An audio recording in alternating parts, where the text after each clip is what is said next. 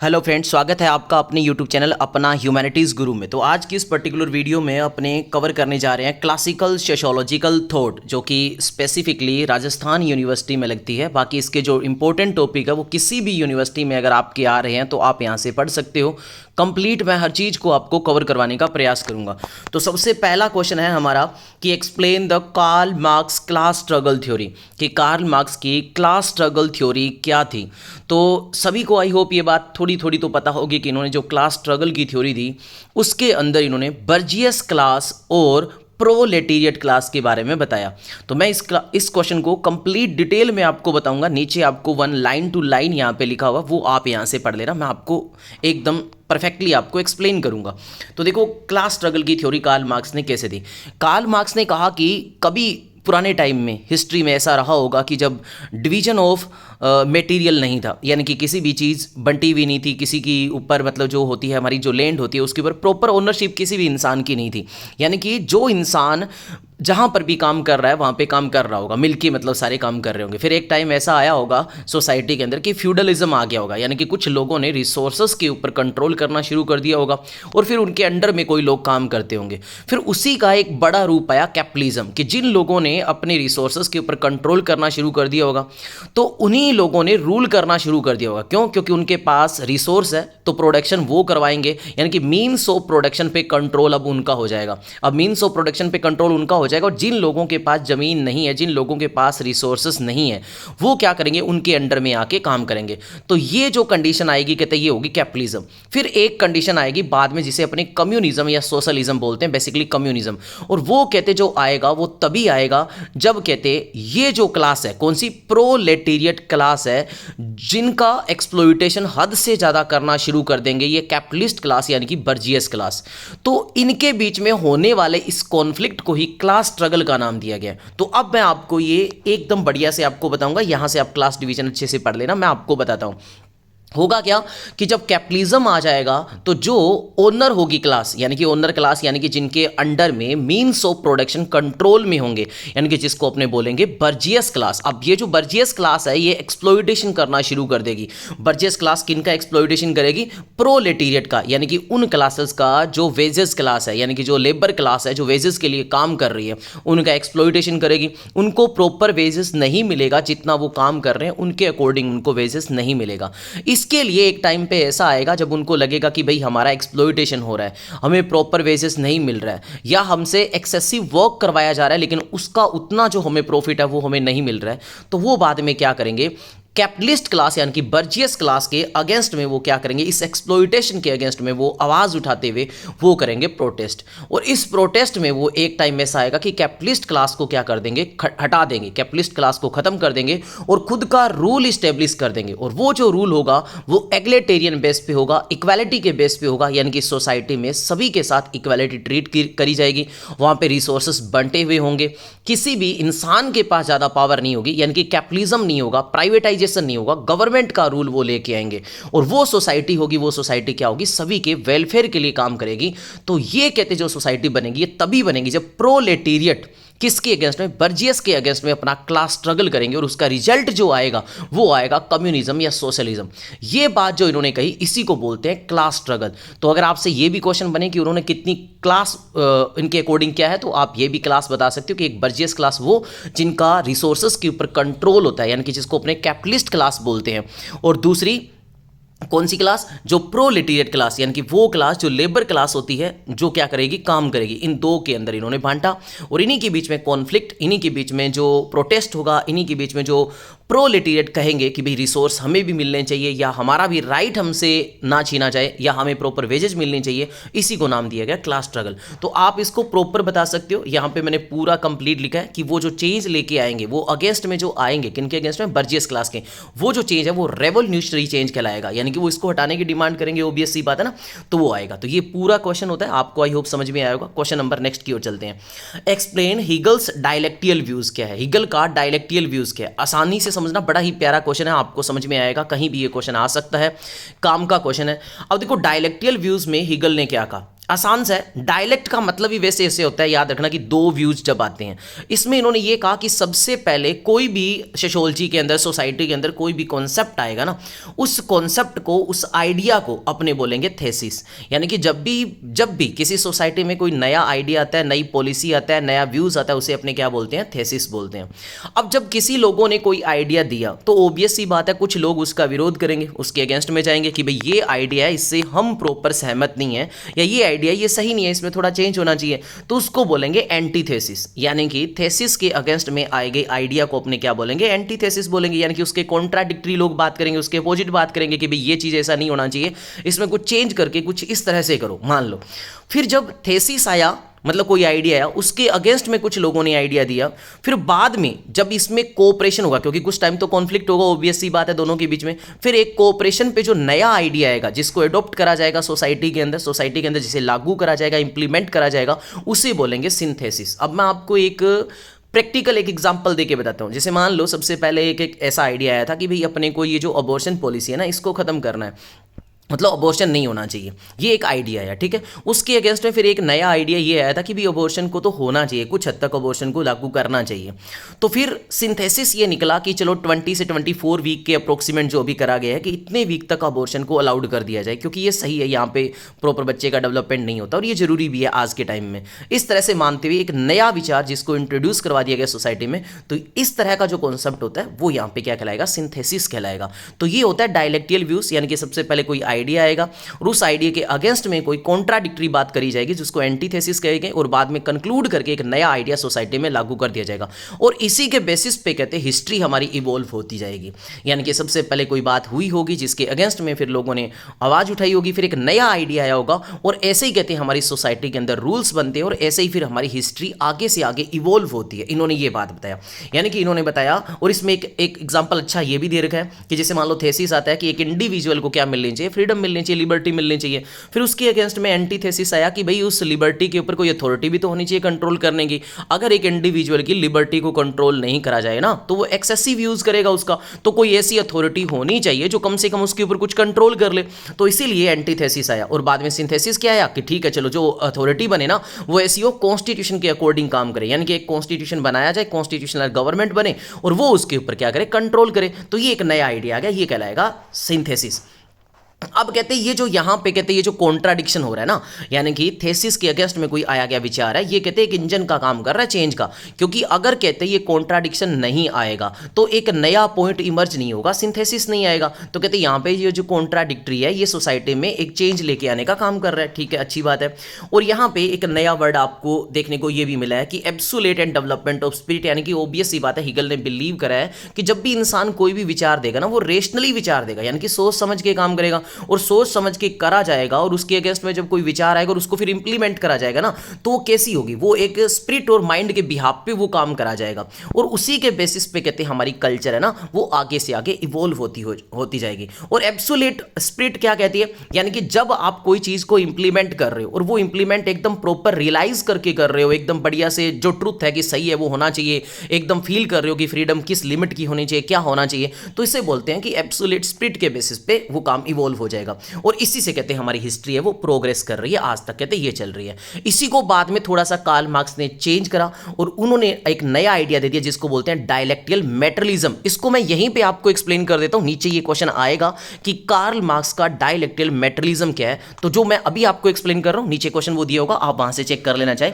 तो वो क्या इन्होंने दिया? इन्होंने हिगल के इस कॉन्सेप्ट के थोड़ा सा अगेंस्ट में गए। वो कहते हैं कि ठीक है हिस्ट्री इवॉल्व होती है, लेकिन कहते हैं हिस्ट्री सिर्फ आइडिया के बेसिस पे इवॉल्व नहीं होती। इवन आइडिया को इन्होंने नेग्लेक्ट कर दिया कार्ल मार्क्स ने।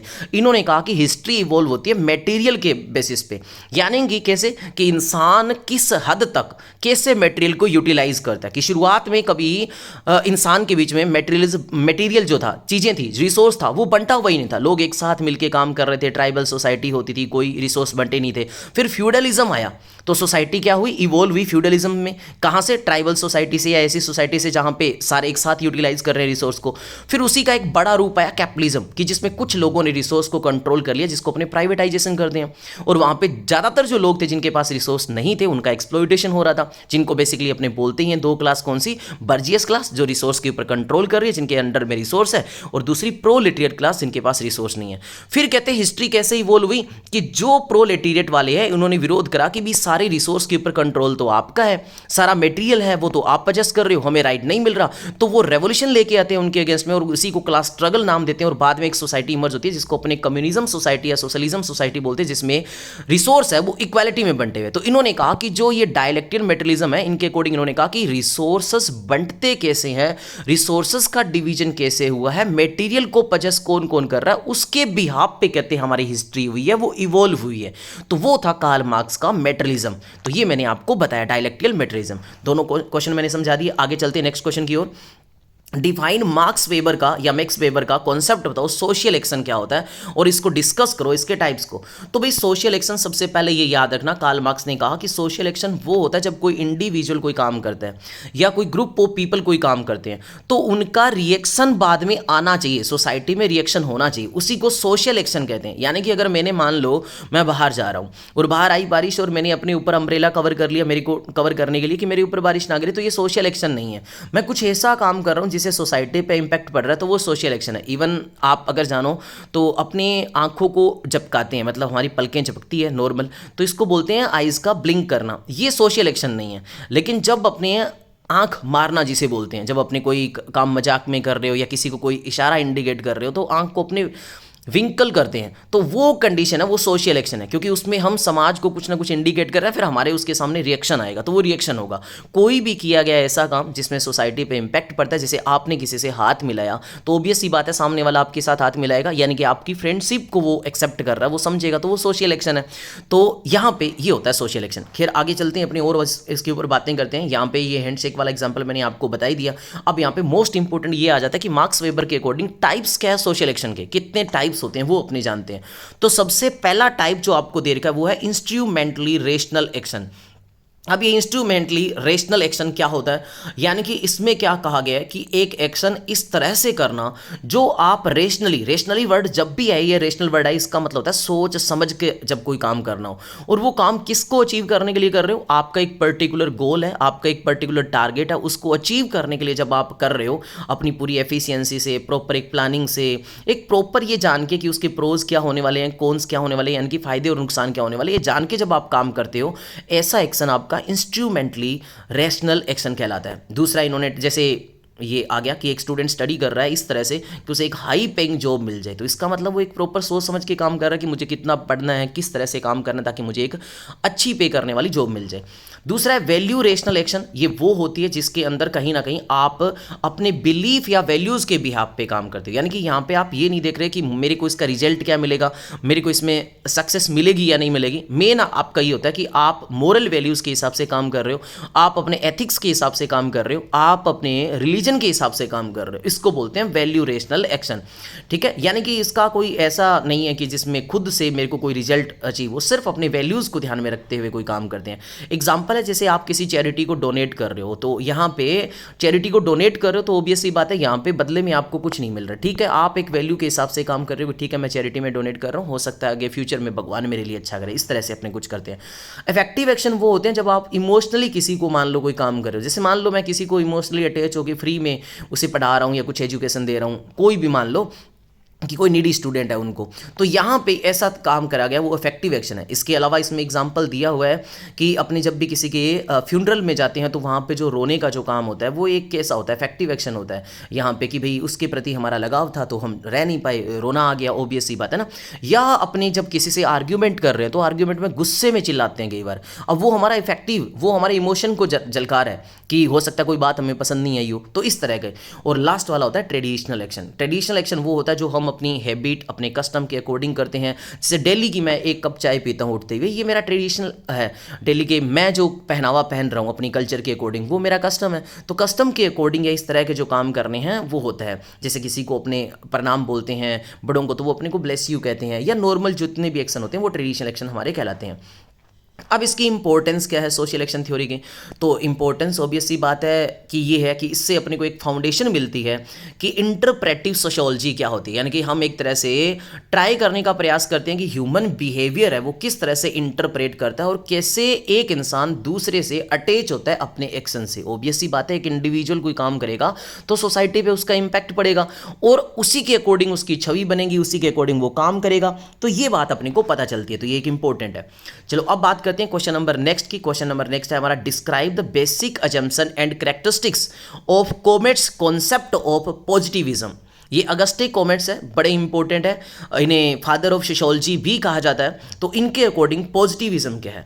तो सिंपल सी बात मैं सबसे पहले आपको बता देता हूँ, उसके बाद आपको डीप लेवल पे अपने बातें कर लेंगे। सबसे पहले इन्होंने ये कहा कि आप जब सोशियोलॉजी की स्टडी करो तो इसकी स्टडी करो, वो कैसे करो? साइंटिफिक बेसिस पे करो। यानी कि इन्होंने मेनली एम्फेसिस करा अपनी स्टडी में कि आपकी जो स्टडी होनी चाहिए, सोसाइटी की स्टडी हो, कम्युनिटी की स्टडी हो, यानी कि सोशियोलॉजी की जो स्टडी हो वो साइंटिफिक बेसिस पे होनी चाहिए। स्टडी आपकी ऐसी ना हो जहाँ पे आप एब्स्ट्रैक्ट वैल्यूज़ को ध्यान में रख रहे हो, स्टडी ऐसी ना हो जहाँ पे मेटाफिजिकल जो बातें हैं उनको आप ध्यान में रख के काम कर रहे हो, इस तरह की स्टडी नहीं होनी चाहिए।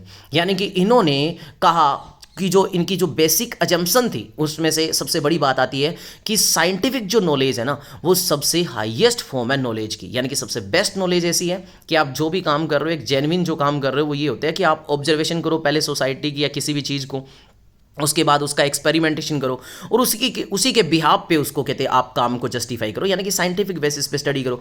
ये जो मेटाफिजिकल है, थियोलॉजिकल है, यानी कि जिसमें अपने बातें करते हैं, भगवान के बारे में बातें करते हैं या आध्यात्मिकता के बारे में चीज़ों को सीधा जोड़ लेते हैं कि ये चीज़ आध्यात्मिकता के बेसिस पे ऐसी होती है, तो कहते हैं ये आउटडेटेड है, इसको इन्होंने इन्फीरियर बताया है।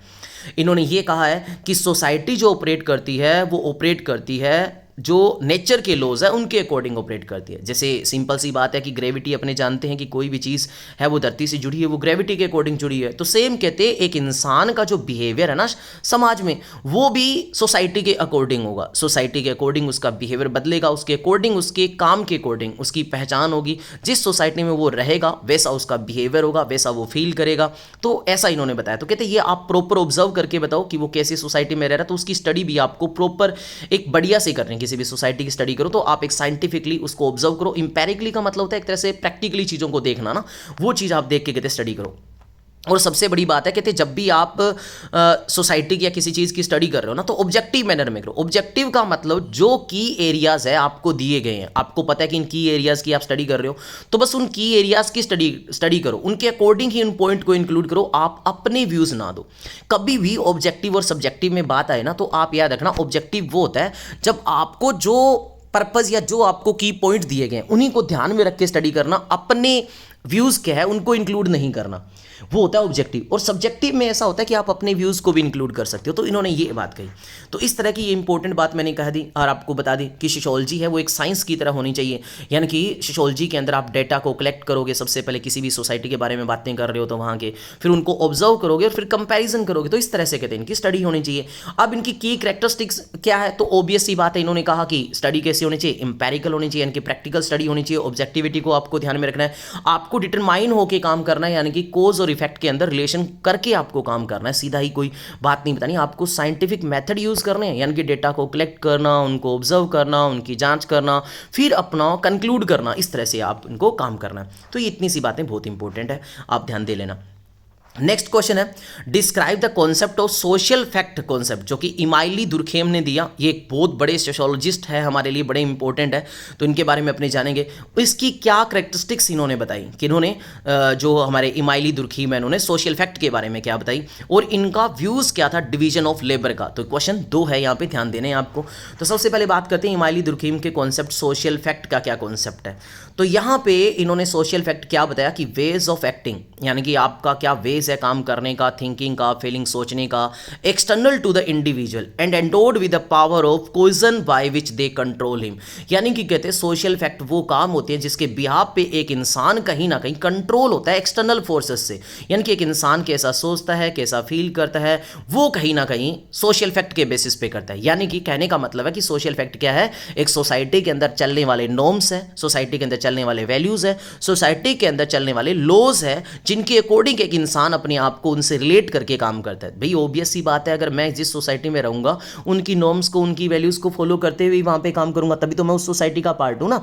जिस सोसाइटी में रहते हैं हमारी आइडियोलॉजी भी वैसी होती है, हमारी कल्चर भी वैसी होती है, हम वैसा ही कुछ हद तक सोचते हैं। क्यों सोचते हैं? क्योंकि हम सोसाइटी की उन नॉर्म से जुड़े होते हैं। तो यही कहते हैं सोशल फैक्ट है इमाइली दुर्खीम के अकॉर्डिंग। अब इसकी कैरेक्टरिस्टिक्स क्या है? एक्सटर्नल टू द इंडिविजुअल, यानी कि सिंपल सी बात है कि सोशल फैक्ट है वो कहीं ना कहीं are not created by individual, individual ने क्रिएट नहीं करा है कहते, बट लेकिन ये इंडिपेंडेंटली एग्जिस्ट करते हैं और उनके साथ इंडिविजुअली अपने आप को कनेक्ट कर रहे हैं। जैसे एक लैंग्वेज है, अब लैंग्वेज एक लीगल सिस्टम है, जिस कास्ट के अंदर, जिस सोसाइटी के अंदर इंसान पैदा हो गया वो वैसी ही लैंग्वेज बोलेगा। अब इसको किसी इंडिविजुअल ने तो क्रिएट नहीं करा है, एक सोसाइटी के अंदर वो बनी हुई बात है जिसको इंडिविजुअल ने फॉलो करा है। तो ये एक तरह से सोशल फैक्ट के तौर पे काम कर रहा है। इसके बाद आती है कॉन्स्ट्रेनिंग या को ऐसी पावर, यानी कि वो पावर जो उसे कॉन्स्ट्रेन कर रही है। कॉन्स्ट्रेन करने का मतलब सोशल फैक्ट वो होते हैं जो एक इंडिविजुअल को प्रेशर करते हैं कुछ काम करवाने के लिए। जैसे सोशल नॉर्म्स हो गए, जैसे मान लो पब्लिक के अंदर बिहेव कैसे करना है, और अगर आप वायलेट करोगे तो उस वायलेट को आपको सैंक्शन करा जाएगा, यानी कि अगर आप कुछ ऐसा काम कर रहे हो तो आपको हो सकता है लीगल एक्शन आपके लिए लिया जाए। तो ये सारी चीज़ें एक तरह से कॉन्स्ट्रेन कर रही है, यानी कि उसके अगेंस्ट में काम कर रही है, उसको बांध के रख रही है। यानी कि बहुत बार हमारा कुछ काम करने के लिए मन करता है लेकिन हम वो नहीं कर पाते। क्यों? क्योंकि हम सोसाइटी के रूल रेगुलेशन से बंधे हुए होते हैं, हम उन सोसाइटी से ऊपर उठ के काम नहीं कर सकते। बहुत बार हमारी कई कामों में ऐसी इच्छा होती है कि आज यार इस इंसान ने मेरे को बहुत बहुत भला बुरा कहा है, इसको तो पीट पाट देता हूँ, है ना, ऐसा मन भी करता होगा। लेकिन हम ऐसा नहीं कर पाते क्योंकि हम सोसाइटी में बंधे हुए हैं। उस सोसाइटी से अगेंस्ट में काम करेंगे तो हमारे लिए एक्शन लिया जाएगा। तो वो सारी बातें इसमें आती है। जनरल थ्रू आउट सोसाइटी में क्या कहा गया कि सोशल फैक्ट है are wide spread and shared by many within a society, they represent a collective consciousness not personal choice. यानी कि ये सोसाइटी के अंदर जो ये लॉज होते हैं, जो सोसाइटी के अपने फैक्ट होते हैं, ये एक पूरी कलेक्टिव कॉन्शियसनेस का काम करते हैं, कंप्लीट सोसाइटी को बाउंड रखने का काम करते हैं, एक साथ रखने का काम करते हैं, यूनाइट रखने का काम करते हैं। यहाँ पे पर्सनल चॉइस नहीं होती क्योंकि सोशल फैक्ट है, नॉर्म्स है, वो पूरी सोसाइटी पे लागू हो गए, एक पे नहीं लागू होंगे ना। तो ये बातें होंगी। अब कुछ एक यहाँ पे एग्जांपल दे दिए, जैसे रिलीजियस बिलीफ हो गया, लैंग्वेज हो गया, मॉरलिटी हो गया, एजुकेशन सिस्टम हमारा कैसे है उसके अकॉर्डिंग हमें पढ़ना होगा, कस्टम ट्रेडिशन क्या है उसके अकॉर्डिंग हमें चलना होगा, ये सारी बातें।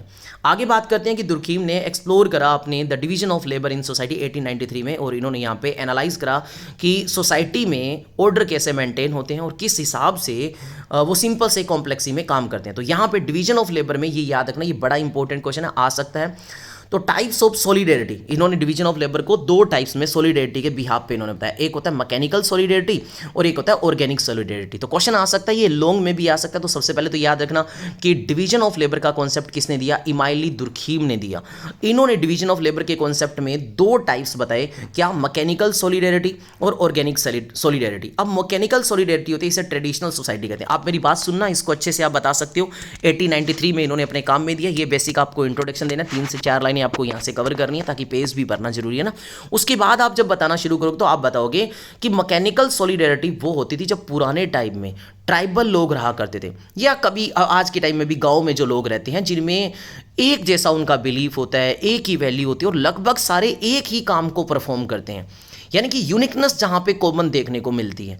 ऐसे कॉन्सेप्ट को अपने कहते हैं मैकेनिकल सॉलिडेरिटी।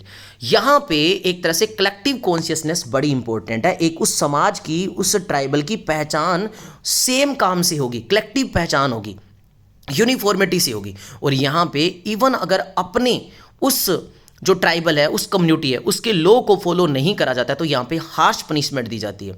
इवन कई ट्राइबल सोसाइटी में अगर वो अपनी ट्राइबल की बातों को नहीं माना जाता था पहले के टाइम में, उनके रूल्स को फॉलो नहीं करते थे, उनके नॉर्म्स को फॉलो नहीं करते थे, तो उनको जिंदा जला देते थे, उनको मार देते थे, सोसाइटी से बाहर निकाल देते थे। इस तरह की सोसाइटी होती थी ये। तो ये ऐसी होती है जहाँ पे हार्श पनिशमेंट दिया जाता है कि प्रॉपर हमारी सोसाइटी का रूल है, इसी के बेसिस पे हमारी कलेक्टिव आइडेंटिटी है और हमारी आइडेंटिटी हमारी कंप्लीट सोसाइटी से होगी। हम सेम काम करेंगे और इस काम से बाहर हम नहीं करेंगे। ये सब कुछ रूल रेगुलेशन होता था पुराने टाइम में, ये देखने को मिलता था। ये इस कॉन्सेप्ट को अपने बोलते हैं मैकेनिकल सॉलिडेरिटी, जिसका दूसरा नाम ट्रेडिशनल सोसाइटी भी कह सकते हैं क्योंकि ट्रेडिशनल सोसाइटी में ये देखने को मिलता था। ऑर्गेनिक सॉलिडेरिटी, जिसको मॉडर्न सोसाइटी भी कहते हैं, कि जिसमें एक इंसान डिफरेंट काम करता है अपनी पर्सनल स्किल के अकॉर्डिंग, जिसमें वो स्पेशलाइज्ड है, वो काम को परफॉर्म करता है। और ये बेसिकली आज की जो लिटरेट सोसाइटी है उसमें देखने को मिलता है। अर्बन सोसाइटी या टाउन्स जो होते हैं यहाँ पे देखने को मिलता है, जिनमें डॉक्टर होता है वो अपना एक काम करता है और सोसाइटी से जुड़ जाता है अपने उस काम के बेसिस पे, अपनी उस स्किल के बेसिस पे, अपनी उस क्वालिटी के बेसिस पे। टीचर होता है वो अपने काम को परफॉर्म करता है, लॉयर होता है वो अपने काम को परफॉर्म करता है। तो सेम ऐसे ही जिनमें हर एक की एक इंडिविजुअल आइडेंटिटी होती है, यहाँ पे कलेक्टिव आइडेंटिटी नहीं है, इंडिविजुअल आइडेंटिटी है, उसके बेसिस पे वो अपने काम को परफॉर्म करता है और सोसाइटी से जुड़ता है। और ये मॉडर्न सोसाइटी है, यहाँ पे लीगल रूल बने होते हैं लेकिन हार्श पनिशमेंट नहीं होता जैसे पहले होता था। तो ये यहाँ पे दो इन्होंने डिवीजन ऑफ लेबर बांटा गया, क्योंकि यहाँ पे इंसान जो काम करेगा वो अपनी स्पेशलाइजेशन स्किल के बेसिस पे काम करेगा। जिस काम को वो जितना इफेक्टिवली एफिशिएंटली काम कर पाएगा उसी को वो परफॉर्म कर रहा है यहाँ पे। लेकिन पास्ट वाले में जिसमें मैकेनिकल सॉलिडेरिटी पड़ी वहां पे ऐसा नहीं था। तो ये इन्होंने बांटा। आई होप ये आपको समझ में आया होगा। क्वेश्चन नंबर नेक्स्ट की ओर चलते हैं। Define segregation. ये सेग्रीगेशन का कॉन्सेप्ट क्या है, इसके कहते हैं कॉजेज और कॉन्सिक्वेंसेस क्या है, आप इसको एक्सप्लेन करो। तो सेग्रीगेशन एक तरह से ऐसे मानो सेपरेशन के बेसिस पे मान लो, सेपरेशन ही सेग्रीगेशन है। ऐसे मानो कि सेग्रीगेशन क्या है कि जब इंसान अपनी डिफरेंट कम्युनिटीज़ में बंट जाते हैं, चाहे वो रेस के बेसिस पे बंटे, चाहे वो रिलीजन के बेसिस पे बंटे, चाहे वो एथनिक के बेसिस पे बंटे, चाहे वो कास्ट के बेसिस पे बंटे, और चाहे वो इकोनॉमिक स्टेटस के बेसिस पे बंटे। इस तरह से सोसाइटी का बंटना ही सेग्रीगेशन कहलाता है। तो ये एक सेग्रीगेशन है, यानी कि सेग्रीगेशन में सिर्फ एक फिजिकल सेपरेशन नहीं होता, बल्कि एक इंसान की सोशल प्रोसेस कैसे हो रही है, इंस्टीट्यूट उनका कैसे चल रहा है, उनकी डिवीजन कैसे हो रही है, ग्रुप ऑफ डिवीजन कैसे हो रहा है, चाहे वो रिलीजन के बिहाफ हो, चाहे वो इकोनॉमिक के बिहाफ हो, वो होगा। तो इन्होंने टाइप्स क्या बताई, इंपॉर्टेंट बातें तो यहाँ से आती है कि टाइप्स कौन से। तो पहला है डी जोरे सेग्रीगेशन, जो लीगली इन्फोर्स करा जाता है, यानी कि एक तरह से लीगली कानून के अंदर इन्फोर्स कर दिया जाता है कि भाई इस हिसाब से सोसाइटी होगी। जैसे कि अपार्थेड साउथ अफ्रीका में चलता था, जहाँ पे काले गोरे के साथ भेदभाव होता था। जो गोरे होते थे वो वहाँ पे एक तरह से प्रिविलेज एंजॉय करते थे, जबकि काले रंग के लोग प्रिविलेज एंजॉय नहीं करते थे, उनको राइट इतना नहीं था। इस तरह का जो रूल हो गया उसे डी जोरे सेग्रीगेशन बोलते हैं। यहाँ पे सोसाइटी को बांट दिया गया लीगली इन्फोर्स करके कि कुछ राइट दे दिए गए किसी को, कुछ राइट किसी को नहीं दिए गए। नेक्स्ट है डी फैक्टो या डे फैक्टो सेग्रीगेशन। ये अक्कर होता है जब कोई बिना कोई फॉर्मल लॉ के, यानी कि कोई प्रॉपर फॉर्मल लॉ तो नहीं है, लेकिन कैसे बन जाएगा, ये ऐसे बन जाएगा कि इनकम के बेसिस पे सोसाइटी अलग अलग होगी। जिस एरिया में रिच लोग रह रहे हैं वहाँ पे पुअर लोग नहीं रह रहे होंगे, क्योंकि उसका रेट अच्छा होगा उस कॉलोनी का, उस पर्टिकुलर एरिया का। तो इस बिहाफ पे कोई बन जाना, या अपनी रेस के बेसिस पे सोसाइटी का बन जाना, कोई बिना कोई रूल रेगुलेशन के, इस तरह के डी फैक्टो सेग्रीगेशन बोलते हैं। और वॉलंटरी सेग्रीगेशन, जिसमें अपनी इच्छा से डिफरेंट आइडेंटिटी के लोग एक साथ रहना शुरू कर देते हैं।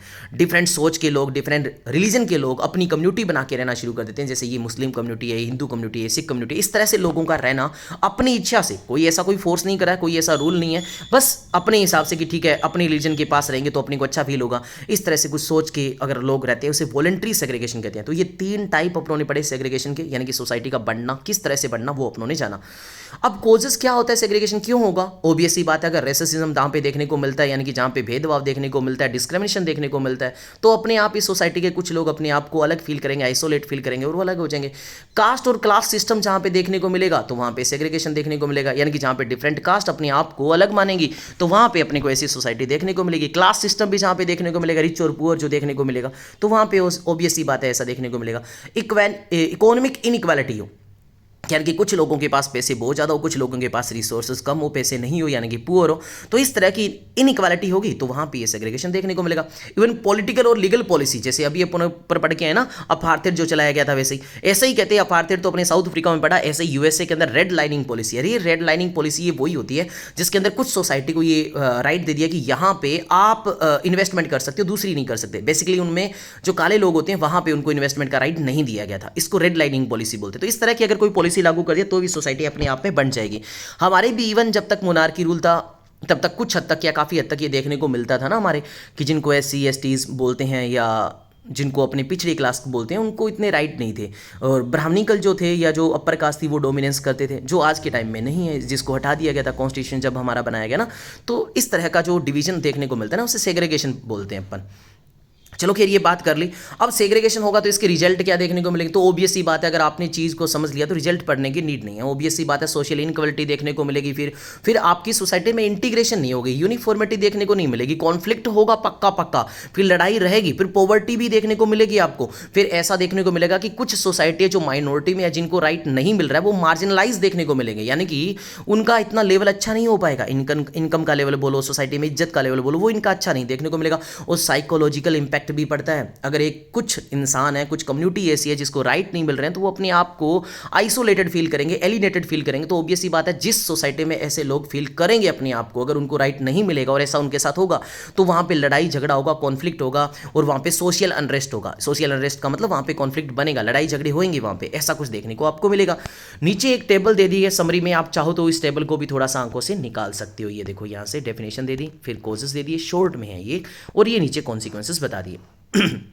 ठीक है, अब बात करते हैं क्वेश्चन नंबर नेक्स्ट की। और क्वेश्चन है कि कार्ल मार्क्स की कुछ एक राइटिंग को बताओ। तो ये जर्मन फिलोसफर थे कार्ल मार्क्स, 19वीं सेंचुरी के इंपॉर्टेंट फिलोसफर में से एक आते हैं। आपको पता है इनकी कुछ एक बुक का नाम लिखना है, तो आपको जरूर लिखना है द कम्युनिस्ट मैनिफेस्टो लिखना है, दास कैपिटल बताना है आपको, तो वेज लेबर एंड कैपिटल, ये इनके इंपॉर्टेंट वर्क्स है। और इन्होंने आपको पता है कैपिटलिज्म के अगेंस्ट में काम करा। इन्होंने कैपिटलिज्म को बताया कि पूरी दुनिया में पॉवर्टी लेके आने वाला वो है, कम्युनिज्म को एक तरह से लेके आने वाले यही थे मेन उसके। ठीक है, तो ये बात आप याद रखना। मार्क्स वेबर, आई थिंक गलती ना करूं तो ये भी जर्मन फिलोसफर है और साथ ही साथ में एक सोशियोलॉजिस्ट है।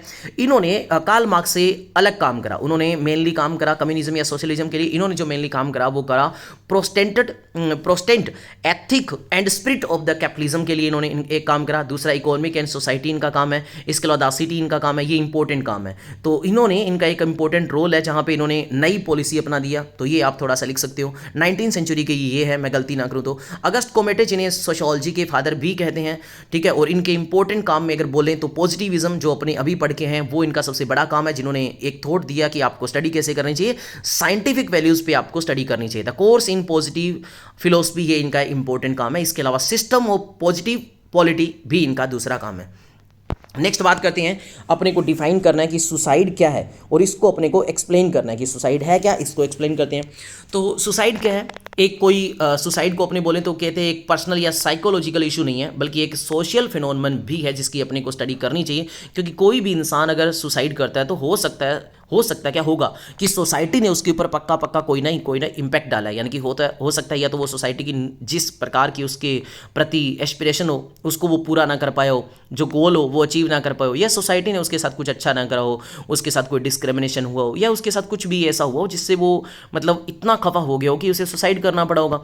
तो कहते हैं ये सिर्फ एक साइकोलॉजिकल या पर्सनल इशू नहीं है, एक सोशियोलॉजिकल इशू भी है ये, है ना। तो इसकी बात करते हैं तो इसको डिफाइन करा था इमाइली दुर्खीव ने, किस अकॉर्डिंग डिफाइन करा। इन्होंने बताया कि all cases of death resulting directly और इनडायरेक्टली फ्रॉम अ पॉजिटिव और negative act of the victim himself which he knows will produce this result. इस डेफिनेशन ने यह एम्फेसिस कर दिया कि जो सोशियोलॉजिस्ट है वो ये एग्जामिन करे कि एक इंसान है, वो कहते हैं अगर सुसाइड कर रहा है तो पर्सनल लेवल के अलावा उसकी मेंटल हेल्थ के अलावा कौन से सोशल इश्यूज थे जिसके कारण उसको, कौन से नेगेटिव इश्यूज उसके ऊपर आए जिसके कारण उसे ये रिजल्ट लेना पड़ा, यानी कि ऐसा उसे करना पड़ा ना ये। तो अब थ्योरी जो दी, सोशियोलॉजिकल थ्योरी जो सुसाइड की दी वो दी इमाइली दुर्खीम ने और 1897 में दी।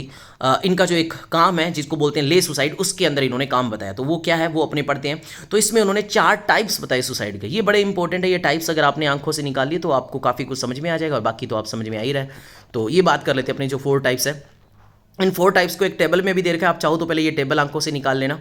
ये आपके सामने टेबल है, इगोइस्टिक, अल्ट्रिस्टिक, एनोमिक और फैटलिस्टिक। इनके चारों टाइप्स को नीचे मैंने एक्सप्लेन कर रखा है, मैं आपको वहां से समझा देता हूं। तो देखो, पहला है इगोइस्टिक सुसाइड तब होता है जब एक इंसान को सोशल इंटीग्रेशन ना मिले, यानी कि एक इंसान अपने आप में एक आइसोलेट फील करे, यानी कि एक इंसान जो लॉज बने हुए हैं उसके अकॉर्डिंग वो ना चल पाया हो, या मान लो जैसे कोई एक इंसान हो जिसकी शादी नहीं हो रही है, एक इंसान है जिसको प्रॉपर राइट नहीं मिल रहा है, तो एक इंसान की क्या ईगो हर्ट हो रही है कि यार शादी वादी हो नहीं रही, बुढ़े होने चले हैं, ईगो हर्ट हो रही है। तो यहाँ पे इंसान क्या होगा, एक सोशली इंटीग्रेट अपने आप को नहीं कर पाएगा तो वो सुसाइड कर लेगा। दूसरा अल्ट्रिस्टिक जो होता है, इसमें क्या होता है कि जब एक इंसान सुसाइड करता है किसके लिए, for the benefit of others, दूसरों के बेनिफिट के लिए, इसको अपने एक्सेसिव इंटीग्रेशन भी बोलते हैं ऐसी कंडीशन में।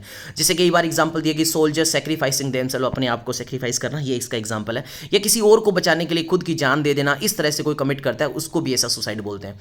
या ऐसा किसी को लगता है कि अगर मेरे अभी जान देना ठीक है, मेरे परिवार की इज्जत के लिए, मेरे परिवार की इज्जत चली जाएगी क्योंकि मैंने ऐसा काम करा है, तो इस तरह की अगर कोई सुसाइड कर लेता है ना, तो ये भी कुछ हद तक अल्ट्रस्टिक में आ जाता है। एनोमिक सुसाइड वो होता है जब कोई सडन ब्रेकडाउन हो जाए नॉर्म्स के अंदर, यानी कि इकोनॉमिक क्राइसिस आ जाए, किसी इंसान की जॉब चली जाए, अब इतना बड़ा जॉब चली जाए, मान लो किसी बिजनेसमैन, और उसको इतना घाटा लग जाए कि उसका बिजनेस एकदम ठप आ जाए, अब वो रोड पे आ जाए, तो अब उसको वो नहीं सर्वाइव कर पाएगा, उसे ऐसा लगेगा कि नहीं यार अब मैं कहाँ से कहाँ तक पहुँच गया ना। तो इसी कंडीशन में भी इंसान कहते हैं सुसाइड कर लेते हैं। एक होता है फैटेलिस्टिक, जिसमें इंसान सुसाइड करता है जब एक्सेसिव रेगुलेशन लगाया जाए, मतलब बहुत ज़्यादा कंट्रोल किया जाए उसके ऊपर, यानी कि उसके साथ स्लेव ट्रीट करा जाए, या इस तरह से प्रिजन में उसे रखा जाए कि उसको एकदम बाउंड करके रखा जाए। ये पहले होता था, कॉलोनियलिज्म के टाइम में देखने को मिलता था, मोनार्की सिस्टम में देखने को मिलता था, ये आज के टाइम में इतना देखने को नहीं मिलता।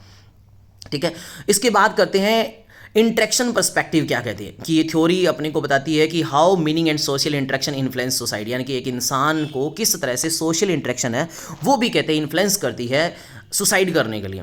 यानी कि कहते हैं studies examine how society label suicide and how individual interpret there situation through their interaction, यानी कि किस तरह से एक इंडिविजुअल का इंटरेक्शन हो रहा है ना सोसाइटी में, वो भी कहते हैं उसे इन्फ्लुएंस करता है। यानी कि एक इंडिविजुअल का नैरेटिव कैसे है, उसकी लैंग्वेज कैसी है, उसके साथ बोलने वाले लोगों का व्यवहार कैसे है, उसको इज्जत कितनी मिल रही है, ये सब कुछ ये उसके इंटरेक्शन में आता है। तो कहते हैं ये कहीं ना कहीं एक इंसान को इन्फ्लुएंस करता है सुसाइड करने के लिए। एक कॉन्फ्लिक्ट थ्योरी भी कहती है। कॉन्फ्लिक्ट थ्योरी ये कहती है कि एक इंसान के साथ इनइक्वालिटी ट्रीट करा जा रहा है, पावर स्ट्रगल हो रहा है उसके साथ, या उसकी जो बातें हैं उसको ओप्रेस करा जा रहा है, वो डिप्रेस्ड फील कर रहा है, तो ऑब्वियस सी बात है ये वो पॉवर्टी में रह रहा है, वो एलिनेटेड फील कर रहा है, आइसोलेटेड फील कर रहा है, कोई सोसाइटी ऐसी है, कोई बंदा ऐसा है जिसको उसके राइट नहीं मिल रहे हैं, तो इसको बोलते हैं कॉन्फ्लिक्ट थ्योरी। तो वो सुसाइड कर लेगा, जैसे अनएम्प्लॉयमेंट हो रही है, क्लास डिवीजन हो रहा है, उसको काम नहीं मिल रहा है, तो ये वाली इसमें आते हैं। फेमिनिस्ट पर्सपेक्टिव जो पहले होता था, जिसके अंदर मेनली देखने को मिलता था जेंडर इनइक्वालिटी ज़्यादा होती थी, आज के टाइम में इतनी नहीं है जेंडर इनइक्वालिटी। जहाँ पे पैट्रियार्किकल स्ट्रक्चर चलता था वहाँ पे वायलेंस होता था एक लेडीज़ के साथ, एक वोमेन के साथ, ठीक है, डोमेस्टिक वायलेंस होता था, तो उस टाइम में वो बेचारी क्या करेगी, उसके पास कोई राइट नहीं थे। आज के टाइम में तो देखो इसके लिए बहुत हमारे सोशल रिफॉर्मर थे जिन्होंने काम करा और अच्छा काम हुआ है। ठीक है, तो ऐसा देखने को मिलता है। और अब लास्ट है जो है वो है पोस्ट मॉडर्न और कंटेम्प्रेरी अप्रोच, जिसके अंदर एक इंसान सुसाइड क्यों करता है। तो ये मीडिया हो गया ना, ये डिजिटल जो कल्चर आई है, इसने एक इंसान को बड़ा इन्फ्लुएंस करा है। सोशल मीडिया हो गया, इसके साथ कंपैरिजन करना हो गया, एक छोटी सी बात को बड़ा चढ़ा के दिखाना हो गया, ये सारी चीज़ें होती है। तो आई होप ये सुसाइड के टाइप, सुसाइड क्या होता है, ये सब चीज़ें आपको समझ में आई होगी। क्वेश्चन नंबर नेक्स्ट की ओर चलते हैं। What is difference between mechanical और सॉलिडरिटी और ऑर्गेनिक सॉलिडरिटी, जिसको मैंने ऊपर आपको एक्सप्लेन कर दिया। तो यहाँ पे एक्सप्लेन करने की जरूरत नहीं, बस थोड़ा सा इसको मैंने बड़े तौर पर करके लिख दिया, आप चाहे तो इसे आंखों से निकाल लेना। चलो, और डायलेक्टियल मेटरिज्म क्या था, कंप्लीट कॉन्सेप्ट मैंने आपको जब अपनों ने डायलेक्टल का कॉन्सेप्ट पढ़ा था हिगल का, उसके अंदर मैंने आपको बताया था। तो इसको आप आंखों से निकाल लेना। किसी भी को पीडीएफ चाहिए, किसी भी मेरे भाई को, किसी भी मेरी बहन को, किसी भी स्टूडेंट को पीडीएफ चाहिए, तो आप मेरे से कांटेक्ट कर लेना। मैं यहाँ पे अपने कॉन्टैक्ट नंबर डालता हूँ, कॉन्टैक्ट करके पीडीएफ आप ले सकते हो। और चाहो तो आपको स्क्रीनशॉट अच्छा लग रहा है तो आप स्क्रीनशॉट भी ले सकते हो, कोई वो नीड नहीं है। और पीडीएफ में ऐसा कोई पैसे वैसे तो नहीं लगेंगे, बट ठीक है, आप अगर कंफर्ट फील करो तो ही मांगना, अदरवाइज कोई दिक्कत नहीं है। चलो आगे बात करते हैं। क्वेश्चन नंबर 11 है, what is alienation and process of alienation according to Karl Marx. अब कार्ल मार्क्स के अंदर एलिनेशन क्या है और एलिनेशन की प्रोसेस क्या है। तो एलिनेशन वही कार्ल मार्क्स ने कैसे बताया कि जब वो बर्जियस क्लास रूल कर रही थी, डिवीजन ऑफ लेबर में अपनों ने पढ़ा कि बर्जियस क्लास होती है जो रूलिंग क्लास होती है, वो प्रोलेटेरिएट क्लास के ऊपर रूल कर रही होती है, सारे रिसोर्सेज उनके हाथों में होते हैं और एक तरह से उनका एक्सप्लॉइटेशन होता है। किसका? प्रोलेटेरिएट क्लास यानी कि वर्किंग क्लास का एक्सप्लॉइटेशन किया जाता है। उनको प्रॉपर वेजेस नहीं मिलती है, उनको जो सरप्लस यानी कि मेन प्रोडक्शन देखो वो करवाते हैं कौन? प्रोलेटेरिएट करवाते हैं, main working class main production करवाती है, उन्हीं के कारण उनको बेनिफिट हो रहा है। किसको? बर्जियस क्लास को। लेकिन बर्जियस क्लास अगर मान लो उनको प्रॉपर बेनिफिट ना दे, उनसे ओवर टाइम काम करवाए, उनका एक्सप्लॉइटेशन करवाए, तो इस केसेस को बोलते हैं आइसोलेटेड या इसको बोलते हैं एलिनेशन। कि इस टाइम पीरियड में जो कैपिटलिज्म सिस्टम चल रहा है, इसमें जो मेजॉरिटी ऑफ पीपल है जिनको अपने प्रोलेटेरिएट क्लास बोलते हैं, वो एक्सप्लॉइटेड फील करेंगे, वो अपने आप को एलिनेटेड फील करेंगे, क्योंकि उनको ऐसा फील हो जाएगा कि भाई हमारा हाथ में कुछ भी कंट्रोल नहीं है, जो मीन्स ऑफ प्रोडक्शन पे जिनका कंट्रोल है वो हमारा एक्सप्लॉइटेशन कर रहे हैं। तो ऐसी कंडीशन को ही अपने बोलते हैं एलिनेटेड। यहाँ पे आसानी से मैंने छोटे छोटे पॉइंट दे रखे हैं, इनको आप आंखों से निकाल लेना। मेन बात मैंने आपको बता दी ताकि टाइम भी कम लगे। मेन मैं बात बता दूं, इसी के बेसिस पे क्लास स्ट्रगल आया जो मैंने आपको बताई दिया था। इसी के बेसिस पे क्लास स्ट्रगल की जो थ्योरी इवॉल्व हुई थी वो यही हुई थी। यहाँ पे एक छोटा सा बात आती है, कमोडिटी फैटिसिज्म क्या है। ये कमोडिटी फैटिसिज्म का मतलब सेम यही होती है कि जब एक तरह से मान लो कि लेबर क्लास होती है, वो मेनली प्रोड्यूस करके देती है आपको गुड्स को, वही एक रॉ मटेरियल को प्रोड्यूस करके आपको एक वैल्यूएबल प्रोडक्ट बना के देती है। लेकिन जो मेनली सरप्लस वैल्यू है, जो प्रॉफिट है, उसको एक्वायर कौन करता है, बर्जियस क्लास करती है। तो उसमें जो रोल है वो किसका ज़्यादा होता है, प्रोलेटेरिएट का होता है, लेकिन उसमें जो रोल प्रॉफिट में है वो इनको नहीं मिलता। इस कॉन्सेप्ट को ये अपने कमोडिटी फैटिसिज्म बोलते हैं। ये थोड़ा सा आप आंखों से निकाल लेना, इनके जहाँ पे एक तरह से कैपिटलिज्म स्ट्रक्चर चल रहा होता है। नेक्स्ट क्वेश्चन आता है कि राइट नेम ऑफ सब stage of theological stage given by comet. Comet के द्वारा जो दिए गए सब स्टेज है वो नाम ही आपको आंखों से निकालने, तो वो आंखों से निकाल देता हूँ। जैसे एक फैटिसिज्म आ गया, इसके अलावा पॉलीथिसिज्म आ गया, मोनोथिसिज्म आ गया। Fetishism in a stage people attribute supernatural power to inanimate objects और फेटिसिजेस, यानी कि एक ऐसी कंडीशन जहाँ पे लोग किसके ऊपर बात करते हैं, एट्रीब्यूट करते हैं सुपर नेचुरल पावर के ऊपर। पॉलीथेसिज्म वो होते हैं जहाँ पे इन्वॉल्व होते हैं लोग मल्टीपल गॉड को मानते हैं, एक से ज़्यादा भगवान को मानते हैं, एक से ज़्यादा देवी देवताओं को मानते हैं, उसको बोलते हैं अपने बेसिकली। और मोनोथेसिज्म वो स्टेज होती है जहाँ पे लोग एक सुप्रीम गॉड, एक ही गॉड को मानते हैं, ऐसा समझते हैं कि भगवान एक ही है, वही सुप्रीम है। इस कॉन्सेप्ट को अपने बोलते हैं। नेक्स्ट आता है comet was influenced by whom and gave classification of science की। साइंस का जो क्लासिफिकेशन कोमेट ने दिया वो किससे इन्फ्लुएंस हुए, आप उन्होंने ये पढ़ा था। अगस्त कोमेट ने जो एक कहा कि हमें स्टडी करनी चाहिए, वो साइंस के बेसिस पे करनी चाहिए। उसके बेसिस पे उन्होंने एक कॉन्सेप्ट दिया था जिसे पॉजिटिविज्म बोलते हैं ना। तो वो कहते किससे हुए थे, तो सबसे पहले तो इमैनुअल कांट से जो हुए। इमैनुअल कांट के अकॉर्डिंग इन्होंने रैशनैलिटी को अपनाया, यानी कि ये समझा कि मेटाफिजिकल जो चीज़ें हैं उनकी अपनी एक लिमिट है, हमें जो काम करना वो कैसा करना है, हमें जो भी काम करना है उसको प्रॉपर एक्सप्लेनेशन दे के काम करना है, यानी कि हमें मेटाफिजिकल से उठ के रियलिटी के बेसिस पे काम करना है। सेम ऐसे डेविड ह्यूम से ये प्रभावित हुए कि इन्होंने देखा कि इंपेरिकली हमें स्टडी करनी चाहिए, हमें वो स्टडी करनी चाहिए जो एक स्पेक्टिकल बेस पे हो, यानी कि हम कोई भी चीज़ पे डाउट करके चेक करें कि भाई ये काम हो रहा है तो वो क्यों हो रहा है, इस तरह से अपनी स्टडी करें, यानी कि ऑब्जर्व करके स्टडी करें। वो इन्होंने यहाँ से देखा। फ्रांसिस बेकन से इन्होंने क्या देखा, यहाँ पर भी इन्होंने यही चीज़ देखा कि इन्होंने बिलीव करा कि जो साइंस है वो अच्छी है, और उसी के बेसिस पे कहते हैं एक इंसान की जो लाइफ है वो इंप्रूव कैसे हो रही है उसकी कहते हैं साइंटिफिकली स्टडी हमें करनी चाहिए। वो इन्होंने यहाँ से देखा। इसके अलावा ज़्यादा आपको इंपॉर्टेंट नहीं है, बस ये इंपॉर्टेंट है जो कैलोड हेनरी डे सेंट साइमन है, इसके अकॉर्डिंग ये इंपॉर्टेंट है क्योंकि इनसे सबसे ज़्यादा कॉमेट है वो इन्फ्लुएंस हुए थे। कॉमेट वो सेंट साइमंस सेक्रेटरी रहे हैं काफ़ी टाइम के लिए, तो इन्होंने इनके आइडिया को अडॉप्ट करा। एक साइंटिफिकली किसी चीज़ की स्टडी करना, यहाँ से इन्होंने मेनली सीखा कि एक सोसाइटी में किस तरह से सोशल प्रोग्रेस हो रही है। ये इनका विजन था सबसे पहले, किनका, सेंट साइमन का। तो इनके अकॉर्डिंग इन्होंने सीखा।